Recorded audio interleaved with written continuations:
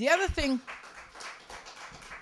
That's powerful. That's powerful. it is powerful. And I don't think that this audience of young people and not so young people realize how powerful they are. I mean, we are not a community that is known for being writers. That doesn't mean we can't write. It means we don't write. And so we don't write to our legislators. Everybody else does, writes to us, about us, but you don't. You don't respond. And so we just assume that whatever we're doing is what you want done. If you're not happy, then you should be telling us that you're not happy. And you should be writing, using this show, Ron Alexander, any medium that you can to talk about the fact that your legislator is doing the job that you sent them to do, or that they're not doing the job that you sent them there to do. If you're not going to be involved in, it doesn't make sense for me to make sure that those who are ex-offenders can vote and then you not vote. It does not make sense for me to make sure that there are no barriers to your ability to vote, but you stay home. I mean, you've got to be participatory. I'm challenging you to do more.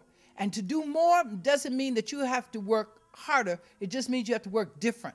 You have to be in charge of your life. And the way to do that is to figure out what's happening. There's something called SNUG. Well, what is SNUG? Well, that's a guns initiative to get handguns off the street. If you think that your neighborhoods need to be safer, you need to be talking about how can I participate with my legislator to make sure the SNUG money comes to my district, to get drugs out of my community, to get guns off of my street, so that the kind of statistics that we had in the city of Mount Vernon don't happen across this country. That in 15 months, 15 young men between the ages of 25 and 45 were dead. They were homicides because they were shooting each other in the street. Now, if that's what we're happy with, that's what will happen, and we will become extinct. But if we want to change that dynamic, then we've got to be participatory. We've got to be involved with the people that we elect. Do y'all hear that? Do you really, really hear that? And when we talk about HIV and AIDS, we're doing everything that we can to make sure that people get a very clear message. This is not a white gay men's disease. This is the disease that is attacking 12 to 22-year-old females, that they are still continuing to die of AIDS because they're not being treated. They're still being infected because our men are not responsible enough to say, hey, I'm going to take responsibility and I'm going to wear a condom. And you got to get your egos out of this shit, because we can't keep, I'm sorry, Ron, I don't know if we can say that, but. That's all right. But we got to change. This is hip hop. Yeah. But we've got to change the dynamics of how we behave, because it's our behavior. And the brothers, I did a truck that went around in my community for 3.5 months. And the truck was a picture of brothers with their pants down. Hey, I think it's really nice that y'all wear great underwear, but I don't need to see them. I don't have that intimate relationship with you. And that's a mentality that goes all the way back to our slavery. And so are we going backwards, or do we want to go forwards? If we want to get backwards, I can stop working. I can just walk up to Albany like everybody else and just show up and get paid. But if we really want to change the dynamics of our communities, we got to say, hey, man, we don't need to do that.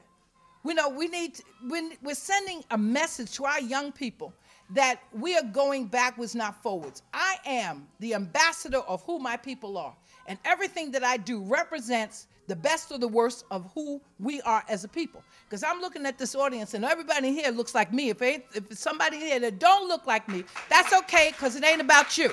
This is really about folk who really want to understand the dynamics of what we want to do are there. Now, what are we going to do with the next governor? Are we going to roll over for the next 4 years and say, well, we have to figure out what are we going to do next? No. But we need to be writing letters to our new governor-elect and saying, listen, governor, if you think you're going to be able to ignore black people in this society, think again. Not going to happen. Because day after tomorrow, we will begin to find somebody to run against you if you think that we do not have value, and if you think that we do not have power in our communities. The power lies with the people, not with your legislators. You give your legislators whatever power they have. And when they act like they got more power than you, you need to get rid of them. I don't care who they are. You need to be getting rid of them. Lady, you got to come back. Whenever you ask it. You got to come back. Okay. Oh, wow. Thank you. Y'all know I love prisons, you know. So, okay, fantastic. And I'm going to read it all too, man. Thank you for enlightening us on a lot of things, okay? I'm around. I'm available. Okay, that's good. You want to give your telephone number, or can you do that? My Bronx office is 959 East 233rd Street in the Bronx. My number is 718-775-6621. That's my BlackBerry. I don't give it to the world, but I'm giving it to you. I'll see who uses it, okay? And my office number is 718. Because that was the first on the Ron Alexander show. That's why you're doing that BlackBerry, right? Ooh.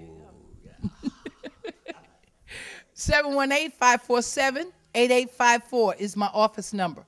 And I've got a full staff that understands that they're there to work on behalf of the people. And I thank you very much, Ron, again, for the opportunity. Thank you. Oh wow. Thank you. Yeah, give her a hand. Yeah.